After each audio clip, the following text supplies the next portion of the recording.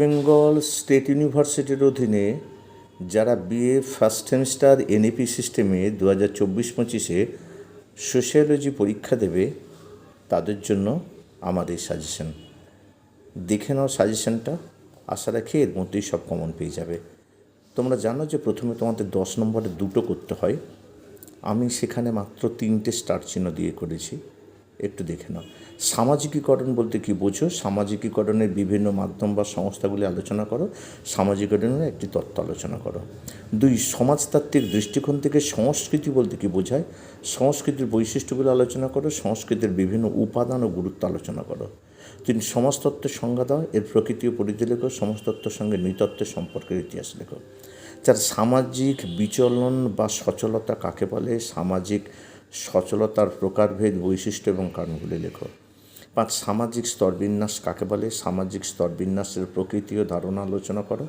সামাজিক স্তরবিন্যাসের বৈশিষ্ট্যগুলি লেখো। এবার গ্রুপ বি বিভাগ খ, যে কোনো 4টা প্রশ্ন আছে। প্রতিটা প্রশ্নের মান হচ্ছে 5 করে থাকে। 5 × 4 = 20। 1, সমাজতত্ত্ব বলতে কী বোঝো? 2, সাংস্কৃতিক বিলম্বন কী?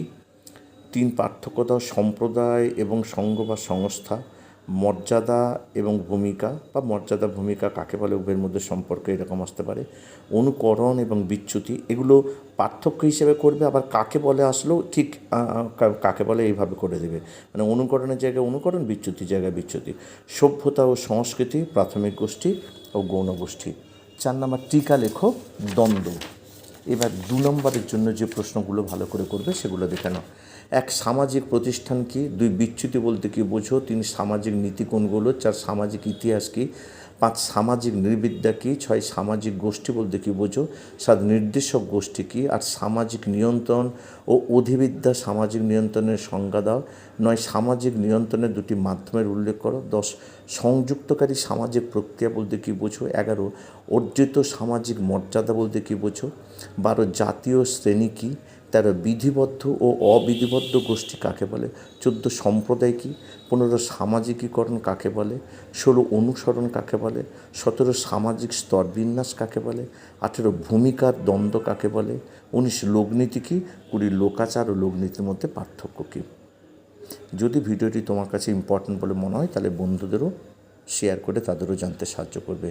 আর তোমরা যারা আমার চ্যানেলে নতুন তারা অবশ্যই চ্যানেলটিকে সাবস্ক্রাইব করে পাশে থাকা বেল আইকনটিকে বাজিয়ে সমস্ত নোটিফিকেশন অন করে রাখবে, যাতে এই ধরনের যে কোনো সাজেশন, যে কোনো নোটস বা যে কোনো ভিডিও তোমাদের কাছে প্রথম পৌঁছে যায়। আজ এই পর্যন্ত, আবার দেখা হবে পরবর্তী কোনো ভিডিওতে।